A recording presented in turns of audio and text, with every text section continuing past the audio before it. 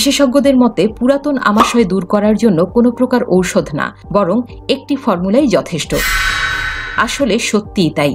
আর এই ভিডিওতে দেখানো ফর্মুলা মেনে চলার পর যদি কারো পুরাতন আমাশয় থাকে, তবে তার দায়ভার স্বয়ং আমি নেব ইনশাল্লাহ।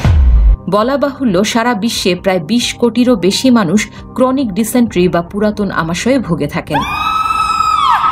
আর একবার এই রোগ কারো দেহে বাসা বাঁধলে তার হাত থেকে পরিত্রাণ পাওয়া অনেক কঠিন হয়ে দাঁড়ায়। মূলত এই পুরাতন আমাশয়কে চিকিৎসা বিজ্ঞানের ভাষায় IBS বলা হয়ে থাকে, কিন্তু সাধারণ আমাশয় হলে তা কিন্তু 1 সপ্তাহের মধ্যেই কোনো প্রকার মেডিসিন ছাড়াই দেহ থেকে বিদায় হতে বাধ্য।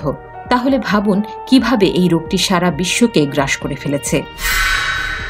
তাই চলুন আজকের ভিডিওতে জেনে নেওয়া যাক পুরাতন আমাশয়কে কিভাবে চিরতরে দূর করা যায়।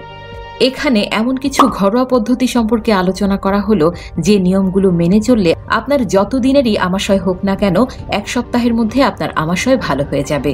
তো স্বাগতম আপনাকে আজকের নতুন এপিসোডে। মাস্টারবেশন বাদ দিন। এটা হলো পুরাতন আমাশয় তথা IBS চিরতরে দূর করার প্রথম ও প্রধান ফর্মুলা। মাস্টারবেশন হলো পুরাতন আমাশয় বা IBS এর অন্যতম মূল কারণ আপনি যখন শরীরের এই গুরুত্বপূর্ণ শক্তি ব্যয় করেন, তখন আমাদের দেহের হজম ক্রিয়ায় ব্যাপক সমস্যার সৃষ্টি হয়। কারণ মানবদেহের হজম ক্রিয়া শরীরের রক্তের সঞ্চালনের মাধ্যমে ঘটে থাকে। পারতপক্ষে বীর্য তৈরি হয় মানবদেহের বিশুদ্ধ রক্ত থেকে। কাজেই বুঝতেই পারছেন মানবদেহের হজম ক্রিয়ার সঙ্গে মাস্টারবেশনের কী সম্পর্ক। আপনি যদি শুধুমাত্র এই বদঅভ্যাসটিকে একবার জীবন থেকে বিদায় করতে পারেন, তবে 99% নিশ্চিতভাবে বলা যায় যে আপনি সফল মানুষের কাতারে। কারণ আপনি মাস্টারবেশন ছাড়ার 1 সপ্তাহের মধ্যেই আপনার পুরাতন আমাশয় দূর হয়ে যাবে। নেশা জাতীয় পণ্য বর্জন করা। দীর্ঘদিনের আমাশয় থেকে মুক্তি পাবার জন্য এটা অন্যতম ফর্মুলা। IBS তথা পুরাতন আমাশয় হতে চিরতরে মুক্তি পেতে চাইলে যে কোনো ধরনের তামাক জাতীয় পণ্য বর্জন করতে হবে। কারণ তামাক শরীরের ভেতরে থাকা সেরোটোনিন নামক হরমোনের ব্যালেন্স নষ্ট করে দেয়, ফলে আমাশয় শরীরে স্থায়ীভাবে বাসা বাঁধে।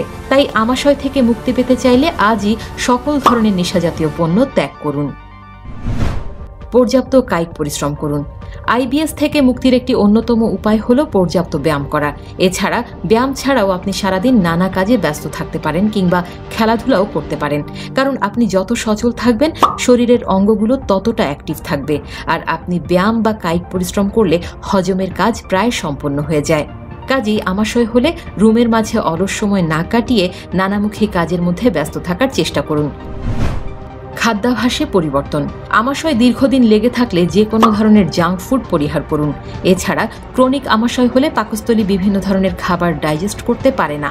বিশেষ করে দুধ জাতীয় খাবার খেলেই আমাশয় ভয়াবহ আকার ধারণ করে। তাই একটি তালিকা তৈরি করে যে খাবারগুলো আপনার সমস্যা বৃদ্ধি করে সেগুলো বর্জন করুন। মূলত বাসায় রান্না করা খাবার গ্রহণ করার চেষ্টা করুন।